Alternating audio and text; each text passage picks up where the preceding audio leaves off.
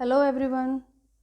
Today we are going to start our new chapter Indian Economy on the Eve of Independence, Part 1 of Class 12th Economics from Indian Economic Development.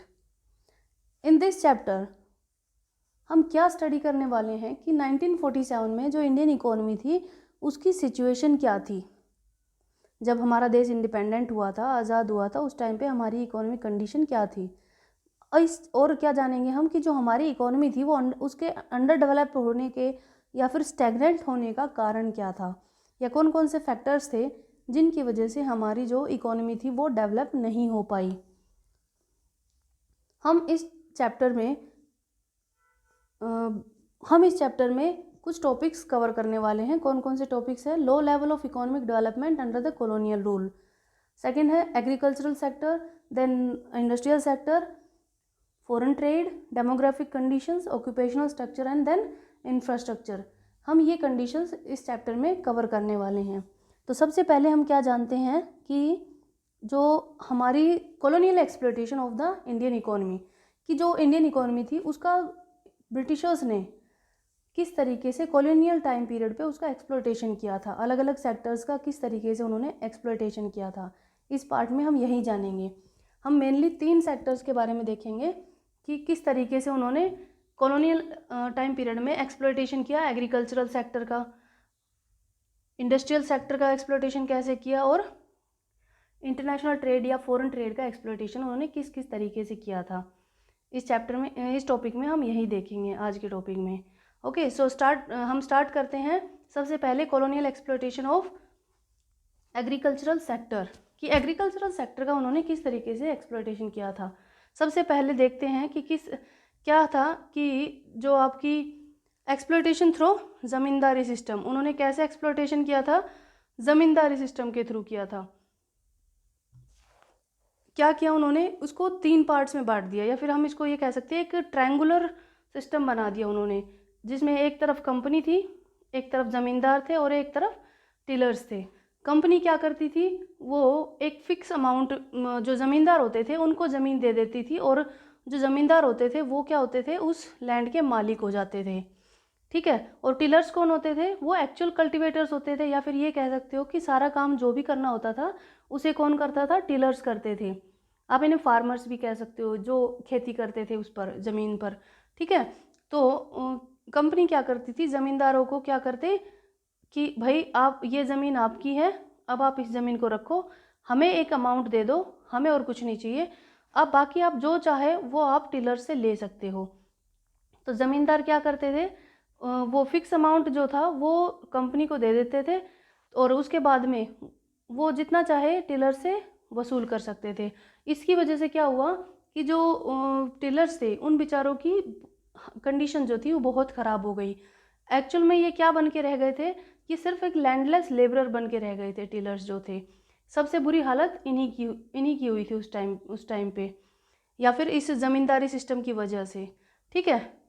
आगे और इसकी जो economic growth थी वो बिल्कुल ही नहीं हो पाई थी, क्योंकि एक्सप्लॉयटेशन हो रहा था। तो ज़मींदार क्या करते थे? जो उस इनके पास से, टिलर्स के पास से उन्होंने अपना हिस्सा ले लिया। इन्हें ज़मीन कैसी है, उसमें क्या इन्वेस्टमेंट करना है, इसके बारे में कुछ नहीं सोचते थे, या फिर उनको कैसे सुधार किया जाए, या जो प्रॉब्लम्स आ रही है किसानों को या टिलर्स को, उसको कैसे शॉर्ट आउट करें, क्योंकि इन्हें तो इनका हिस्सा मिल रहा था, और इसी तरीके से जो कंपनी थी वो उनको उनका हिस्सा मिल रहा था।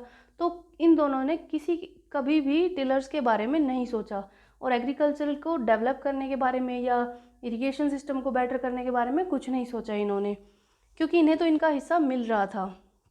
नेक्स्ट देखते हैं हम हमारा colonial exploitation of industrial sector. जो इंडस्ट्रियल सेक्टर था उसका एक्सप्लॉयटेशन इन्होंने कैसे किया? सबसे पहले इन्होंने क्या किया? Foreign demand of the Indian handicraft was destroyed. उन्होंने बहुत ही सोची समझी तरीके से इन सारे इसको, हमारा जो इंडस्ट्रियल सेक्टर था उसको ख़त्म किया था। सबसे पहले जो हमारा जो हैंडीक्राफ्ट का जो इंटरनेशनल मार्केट में जो डिमांड थी, उस डिमांड को ख़त्म किया गया। कैसे किया? By way of heavy duty on their exports. जो हम एक्सपोर्ट कर रहे थे हमारा सामान बना करके, उनके ऊपर बहुत ज़्यादा एक्सपोर्ट ड्यूटी लगा दी गई। जब एक्सपोर्ट ड्यूटी लगाई तो क्या हो गया? सामान महंगा हो गया। अब बाकी सामान की बजाय अगर सामान आपको सस्ता मिलेगा तो आप सस्ता सामान खरीदोगे। तो इस वजह से जो हमारा फ़ॉरेन डिमांड थी, फ़ॉरेन में जो डिमांड थी हमारे सामान की, हमारे हैंडीक्राफ्ट्स की, वो हो गई ख़त्म। ठीक है, फिर उन्होंने सेकंड स्टेप क्या उठाया, डोमेस्टिक डिमांड। जो हमारा हैंडीक्राफ्ट था उसकी जो डोमेस्टिक डिमांड थी इंडियन मार्केट में, उसको भी इन्होंने ख़त्म करना शुरू कर दिया। कैसे किया, ड्यूटी फ्री इम्पोर्ट्स शुरू कर दिए। अब यहाँ से ये कच्चा माल ब्रिटेन लेके जाते थे और वहाँ से जो सामान तैयार होता था वो लेकर आते थे इंडियन मार्केट में। अब इन्होंने क्या किया कि जो सामान ये बाहर से लेके आ रहे थे वो सामान क्या होता था, मशीनों में बना हुआ होता था, और मशीन में बन रहा था तो उस पर कॉस्ट कम लग रही थी। तो इस वजह से वो उस पर कॉस्ट कम लग रही थी तो उसकी कीमत कम होती थी। उसके बाद जो इंपोर्ट कर रहे थे तब भी उन्होंने ड्यूटी नहीं लगाई उनके ऊपर में, उनकी ड्यूटी फ्री कर दी, जिस वजह से जो ब्रिटिश गुड्स था वो सस्ता हो गया इंडियन गुड्स की बजाय। तो यहाँ पर भी जो हमारे डोमेस्टिक मार्केट थी वहाँ पर भी हमारे जो हैंडीक्राफ्ट थे उनकी डिमांड हो गई कम। तो इस तरीके से जो हमारे जो इंडस्ट्रीज़ थी या हमारी जो लोकल इंडस्ट्रीज़ थी वो एकदम से ख़त्म हो गई। नेक्स्ट देखते हैं हम colonial exploitation of international trade. जो हमारा फॉरेन ट्रेड था जिसकी वजह से जो ब्रिटिशर्स अट्रैक्ट होकर के इंडिया में आए थे, हमारे फॉरेन ट्रेड था उसको इन्होंने किस तरीके से ख़त्म किया। इन्होंने सबसे पहले क्या किया, duty free export of Indian raw material to fulfil the industrial needs of in Britain. जो यहाँ से ये सामान लेके जाते थे ब्रिटेन में, तो इन्होंने क्या किया, इसके ऊपर से ड्यूटी फ्री कर दिया, इसके ऊपर से एक्सपोर्ट ड्यूटी हटा दी गई। तो क्या हुआ, एक्सपोर्ट ड्यूटी घटा दी तो हमें सिर्फ कॉस्ट इसकी क्या हुई, यहाँ पर ब्रिटेन में ये सस्ता पड़ा, सस्ता माल मिला इनको। एंड देन उसके बाद इन्होंने क्या किया, duty free import of British goods. अब जो ब्रिटेन में सामान तैयार हुआ उसे फिर वापस इंडिया में भेज दिया गया और इसके ऊपर इसको भी ड्यूटी फ्री कर दिया गया। जबकि हमारा सामान जो बाहर जाता था, हमारे जो गुड्स तैयार होने के बाद बाहर जाते थे तो उनके ऊपर ये एक्सपोर्ट ड्यूटी लगाते थे बहुत हैवी। लेकिन यहाँ से इंडिया से जो रॉ मटेरियल जा रहा था, अब इस रॉ मटेरियल को इन्होंने ड्यूटी फ्री कर दिया और जब तैयार माल आ रहा था उसको भी ड्यूटी फ्री कर दिया इन्होंने। तो ये क्या हुआ, जो ब्रिटेन से बन के आने वाला सामान था वो सस्ता हो गया और उसकी वजह से इंडियन मार्केट्स में इनकी डिमांड बढ़ गई। ठीक है, और इंडियन मार्केट में डिमांड बढ़ गई या फिर इन ब्रिटेन से जो सामान दूसरे देशों में हमारे जा रहे थे, जैसे मान लो हमारा अमेरिका में सामान जा रहा था, अगर हमारे यहाँ पर जो इंडिया से सामान बन के जाएगा तो उसकी कॉस्ट हो जाएगी ज़्यादा, क्योंकि इसके ऊपर लग रहा था ड्यूटी लगी हुई थी, एक्सपोर्ट ड्यूटी। तो ये अगर अमेरिका जाएगा तो इसकी कॉस्ट हो जाएगी हाई। ठीक है, लेकिन अगर ब्रिटेन से जा रहा है तो इसके ऊपर कोई ड्यूटी नहीं लगा रखी इन्होंने, एक्सपोर्ट ड्यूटी, तो ये हो जाएगा, इसकी कॉस्ट क्या हो जाएगी, लो हो जाएगी। तो इस तरीके से इन्होंने इंटरनेशनल मार्केट में भी हमारे जो ट्रेड था, जो हमारा फॉरेन जो ट्रेड था, उसको इन्होंने बहुत सोचे समझे तरीके से उसको भी इन्होंने ख़त्म कर दिया। ठीक है, नेक्स्ट हम देखते हैं कि हमारी जो इंडियन इकोनॉमी थी उसकी मेन फीचर्स क्या थी on the eve of independence, या हमारी जो इकोनॉमी थी उसकी हालत क्या थी जब हमारा देश आज़ाद हुआ था। सबसे पहले देखते हैं हम स्टैग्नेंट इकोनॉमी। अब स्टैग्नेंट इकोनॉमी क्या होती है, वो इकोनॉमी होती है जिसकी ग्रोथ रेट बहुत ही स्लो होती है। हमारे पास किसी भी तरीके का कोई कैपिटल बेस नहीं था। क्यों, क्योंकि जो हमारे रिसोर्सेज थे उनको एक्सप्लॉइट किया जा रहा था या बहुत बुरे तरीके से उनको एक्सप्लॉइट किया जा चुका था, और हमारी जो स्टैंडर्ड ऑफ लिविंग थी वो बहुत ज़्यादा लो थी बिकॉज ऑफ पॉवर्टी। अब हमारे जो रिसोर्सेज था उनको इन्होंने किस तरीके से निकाली, यहाँ से सामान लेके जा रहे हैं ड्यूटी फ्री, उसे बाहर लेके जा रहे हैं ब्रिटेन में, और वहाँ से जो तैयार माल लेके आ रहे हैं वो इंडिया में भेज रहे थे और उसके ऊपर एक्सपोर्ट ड्यूटी लगा रही। इस वजह से वो हो गया कैसा, उसकी कॉस्ट बढ़ गई। तो हमारे यहाँ से जो क्या हुआ, ड्रेनेज होने लगा पैसे का, मतलब कि यहाँ का सामान वहाँ भेज रहे हैं सस्ते दाम पर, वहाँ का सामान यहाँ भेज रहे हैं, मतलब हमारे यहाँ का जो मनी थी वो अब बाहर ड्रेन हो रही थी। और इस वजह से हमारी जो इकोनॉमी थी, इकोनॉमिक कंडीशन वो बहुत ही स्लो, जो बहुत बुरी हालत में थी, या हमारी इकोनॉमी जो थी वो स्टैग्नेंट हो गई थी, यानी कि उसकी ग्रोथ रेट जो थी वो बहुत स्लो थी। नेक्स्ट देखते हैं हम बैकवर्ड इकोनॉमी।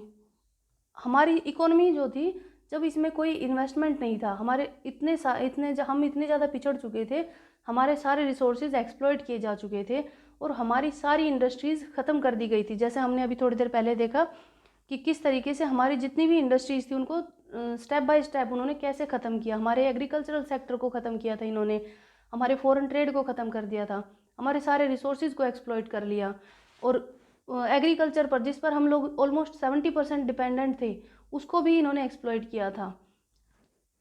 और इस तरीके से क्या हुआ कि हमारी जो थी पर कैपिटा इनकम बहुत लो हो गई, और जिसकी वजह से जो पर कैपिटा इनकम लो हो जाती है तो उसे क्या कहते हैं, बैकवर्ड इकोनॉमी की कैटेगरी में डाल देते हैं उस इकोनॉमी को। ओके, नेक्स्ट हम देखते हैं एग्रीकल्चरल बैकवर्डनेस। एग्रीकल्चरल बैकवर्ड, तीसरा जो हमारा फीचर है वो है एग्रीकल्चरल बैकवर्डनेस, कि हमारी जो 70% जो पॉपुलेशन थी वो एग्रीकल्चर पर बेस्ड थी, लेकिन एग्रीकल्चर की प्रोडक्शन और प्रोडक्टिविटी दोनों ही लो थी, बिकॉज इन्होंने कोई भी उसके अंदर कोई इन्वेस्टमेंट नहीं किया इसके अंदर एग्रीकल्चर में। इन्हें इनका हिस्सा मिल रहा था ज़मींदारों के थ्रू, और अब इन्हें कोई मतलब नहीं था एग्रीकल्चर में कोई इन्वेस्टमेंट किया जाए कि नहीं किया जाए, तो इसकी प्रोडक्शन और प्रोडक्टिविटी दोनों ही लो थी, इस वजह से एग्रीकल्चर हमारा पिछड़ा हुआ था। देन हम देखते हैं इंडस्ट्रियल बैकवर्डनेस। हमारे पास किसी तरीके की कोई कैपिटल इंडस्ट्री नहीं थी, कैपिटल गुड्स इंडस्ट्री, बिकॉज कोई इन्वेस्ट करने वाला ही नहीं था। जो गवर्नमेंट थी ओनली फोकस कर रही थी किस चीज़ पर, सिर्फ और सिर्फ पोर्ट्स पर, पावर जनरेशन पर, या फिर जो रोड्स थे उनके ऊपर, इन 2-3 चीज़ों पर ही वो फोकस कर रहे थे। हमारे पास heavy industries, capital goods industry and basic industries नहीं थी। इनका इसकी वजह क्या थी, पोर्ट्स पे और इन पे इन्वेस्ट करने का कारण क्या था, क्योंकि ये चाहते थे कि यहाँ से जो सामान जा रहा था वो कन्वीनियंट तरीके से चला जाए। इन पोर्ट्स की ज़रूरत क्यों थी, यहाँ से जो रॉ मटेरियल था उसको लोड करने के लिए, सामान पहुँचाने के लिए रेलवेज़ की ज़रूरत थी इनको, रोड की ज़रूरत थी इनको, तो इस वजह से इन्होंने ये वाला इंफ्रास्ट्रक्चर डेवलप किया। नेक्स्ट देखते हैं हम पुअर इंफ्रास्ट्रक्चर। पुअर इंफ्रास्ट्रक्चर, उसके बाद अगर इंफ्रास्ट्रक्चर की हम बात कर लेते हैं तो जो ब्रिजेस, स्कूल्स, हॉस्पिटल्स, कॉलेजेस, कुछ भी उस टाइम पर डेवलप नहीं था। जो इंफ्रास्ट्रक्चर बहुत ही ज़्यादा पुअर था, और अगर एज अ होल देखा जाए तो बहुत कमियां थी हमारी इकोनॉमी में। ठीक है, नेक्स्ट हम देखते हैं इसके बाद में जो हमारी जो हैवी डिपेंडेंसी थी ऑन द इम्पोर्ट्स, जो हमारे जो इम्पोर्ट्स हो रहे थे उनके ऊपर हमारी इकोनॉमी बहुत ज़्यादा डिपेंड करती थी।